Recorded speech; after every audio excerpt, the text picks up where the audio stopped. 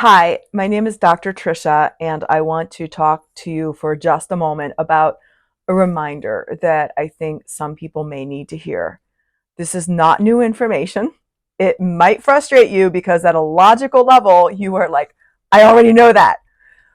The thing is, I work with high achievers, and a lot of the conversations that we have, it's in the nuance, actually, it's in the subtext, which is I should have known this already. If I'm smart, I should be able to figure this out by myself. Why didn't I think about that before? Uh, and so that's really hard because when we pride ourselves in being excellent and getting things right, there's an expectation that somehow we should be able to predict it and get it right.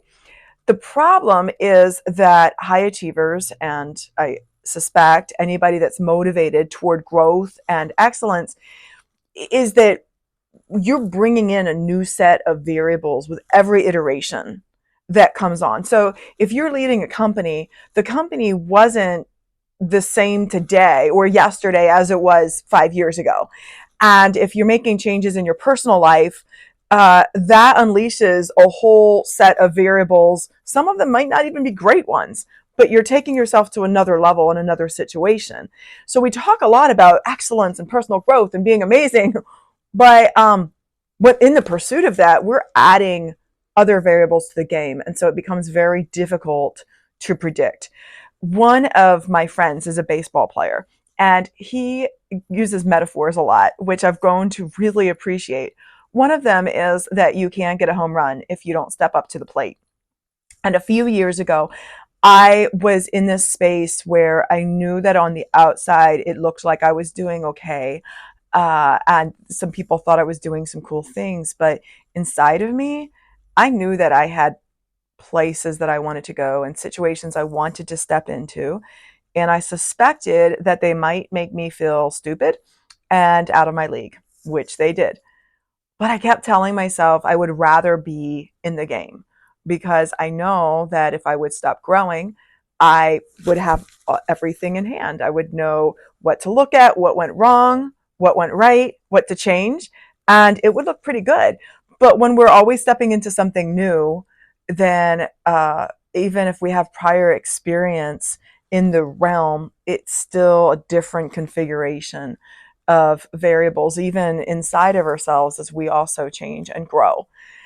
So I want you to think about that, especially if you're just being hard on yourself and you've had a rough quarter, a rough year, or you took some risks that you thought would turn out well and they didn't. What I like you to do, and I get my clients to do this, they sort of hate it and they love it, is make a list of bragging rights. Now, analytical people, hang with me for a second because this is not all emotional. The emotional part is that it usually makes us feel better when we remember that we were not epic failures. I do have one note on the bragging rights in terms of like what counts. Earlier this week, one of my clients said, but Trish, I don't really have any achievements. And I looked at him and was like, what are you saying? You showed up for people. And he said, but I'm not good at that. And I think what he meant was that he's not a really emotive person. He doesn't have lots of pretty words, but he's solid and he's reliable and he's dependable and he shows up. And that's what I said to him. And so there are times where the bragging rights may just be, I didn't kill anybody. But the way you show up as a person, as well as any of the fun, sparkly accomplishments that may come with the game. Now, for the other part that's not emotional, is that when we list what we have done well, we usually start thinking, or hopefully we do, about what the antecedents that created that. And so what there is a tendency to do is reverse engineer what went wrong. What did I do? What did other people do? What could have I done differently? How did I get myself into this situation? I respect that. I do that. I want other people to do that. But that's only half of the data. The other half is when you do something right, where it goes, you have an outcome that you wanted. What fed into that? What is it that you want to repeat? And so if you're only looking on the negative side, you're literally then making future decisions based on an incomplete data set.